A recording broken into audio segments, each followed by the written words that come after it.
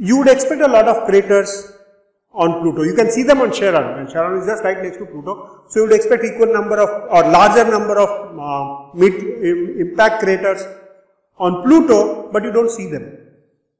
I mean, that on its own would not be difficult. What that means is that either the surface has been covered by ice or that it has been scrubbed clean. On Earth, for example, we have very few meteor craters simply because the wind, weather, water, etc. has scrubbed and cleaned up the surface every time there has been a meteor impact. So there are only a handful of really large meteor impact craters lying on Earth. Most have been wiped clean.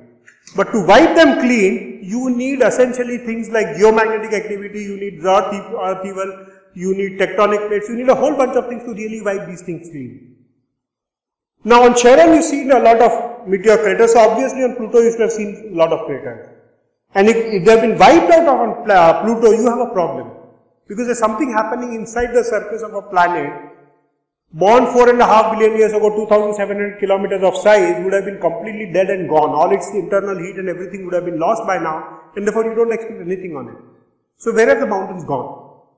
And that remains one of the most serious problems of Pluto, that we have no craters, but we have mountains, because anything that destroyed craters would have destroyed the mountains. And if mountains have not been destroyed, or mountains still exist and craters don't, it means that the mountains must be new. And if the mountains are new, which means that mountains are being made on Pluto. And if mountains are being made in Pluto, like we have Earth's geomagnetic activity and plate tectonics, we should also have the same thing going on in Pluto, which is absurd because Pluto is simply too small, too far away, too old and too cold. Too old, too cold, too far away and too insignificant. It should have had no geological activities. If it doesn't have geological activities, it should not have mountains. If the mountains are old, then the meteor crater should have been there. There is no way of squaring the circle. That you have a place with lots of mountains but no craters, or very few craters, not no craters but very few craters.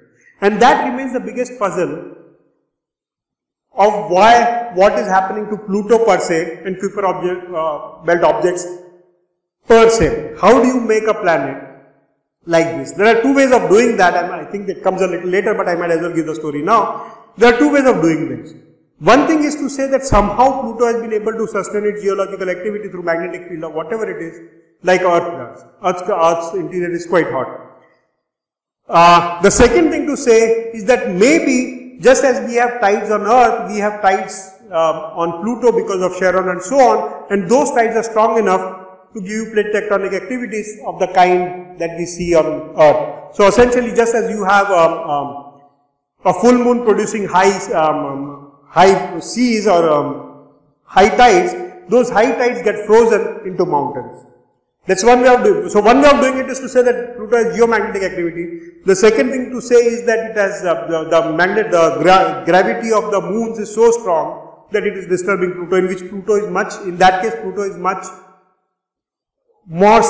less sturdy than what you would expect it to be. And the third option is to say that Pluto is very new. That Pluto actually is not an old planet, that as recently as a few million years ago, some objects in Kuiper belt must have had a bang against each other and Pluto must have been born.